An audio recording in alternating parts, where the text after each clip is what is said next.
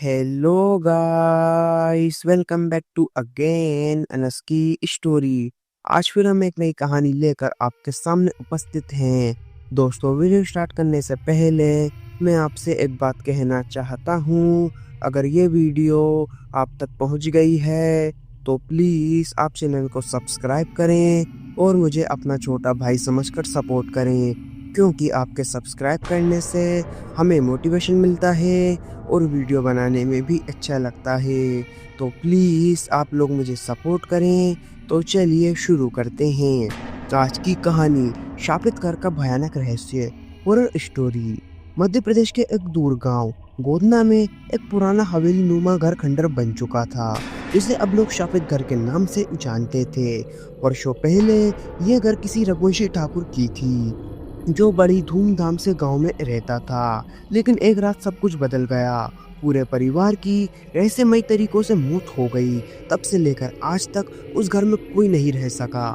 लोग कहते हैं कि रात होते ही उस घर से औरत की चीखें, बच्चों की सिसकियां और पायल की आवाजें आती हैं।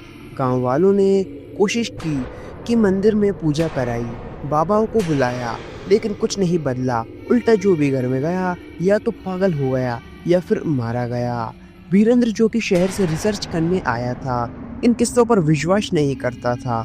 वह एक पत्रकार था और सच्चाई की तह तक जाना उसकी आदत थी। जब उसने गोदना गांव की इस हवेली की कहानियां सुनी तो तय कर लिया कि वो उस घर के अंदर जाकर पूरी रात बिताएगा।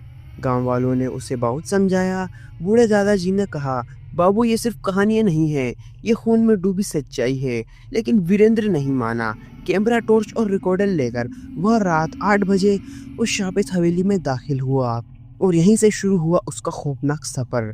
हवेली के अंदर घुसते ही वीरेंद्र को महसूस हुआ कि हवा भारी हो चुकी है, जैसे कोई अदृश्य शक्ति उसका स्वागत कर रही हो। कमरे में पुरानी चीजें थीं, जले हुए फर्नीचर, टूटी हुई खिड़कियां और दीवारों पर खून के धब्बे।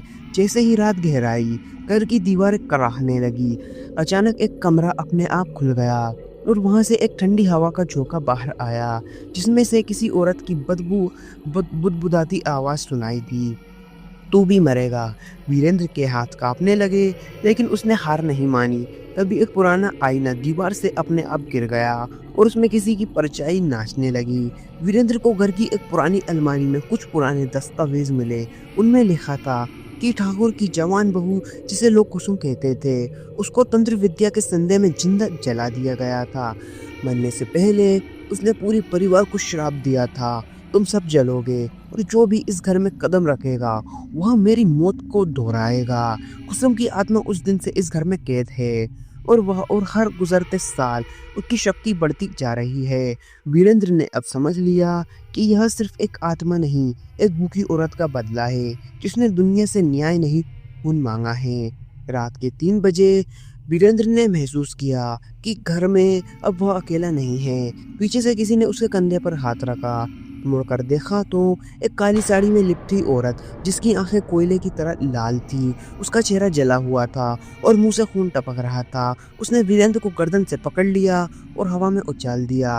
वीरेंद्र ने जैसे तैसे खुद को बचाया और भागने की कोशिश की, लेकिन घर के दरवाजे अब बंद हो चुके थे। चारों ओर से वही औरत की डरावनी हंसी, खून की गंध और चिल्लाहटें उसे घेरने लगी। वह समझ चुका था अब यहाँ से जिंदा जाना नामुमकिन है। अगली सुबह गांव के कुछ लोग हवेली के पास पहुंचे, लेकिन वीरेंद्र का कोई पता नहीं चला। उसका कैमरा घर के बाहर टूटा पड़ा था और उस पर खून के धब्बे थे। रिकॉर्डर में बस एक ही आवाज़ बार बार बज रही थी, यह मेरा घर है, अब ये भी मेरा है। आज तक कोई नहीं जान पाया कि वीरेंद्र के साथ क्या हुआ, लेकिन शापित हवेली की खामोशी अब और भी डरावनी हो गई है। गांव वाले कहते हैं कि अब वहाँ 2 आत्माएं हैं, वीरेंद्र और कुसुम की। यह कहानी केवल मनोरंजन के लिए है। इसका उद्देश्य किसी भी धार्मिक या सांस्कृतिक भावनाओं को ठेस पहुंचाना नहीं है। अंत में मिलता हूँ आपको नेक्स्ट वीडियो में किसी नए टॉपिक के साथ। तब तक love you so much NS की जनता। अगर आप लोगों के पास भी कोई डरावनी हॉरर स्टोरी है तो आप हमें इंस्टाग्राम पर डीएम करें। जय हिंद, जय भारत। अगर आपको वीडियो अच्छी लगी हो तो प्लीज़ वीडियो को लाइक करें और चैनल को भी सब्सक्राइब करके बेल नोटिफिकेशन को ऑल पर प्रेस कर दें। Thanks for your watching.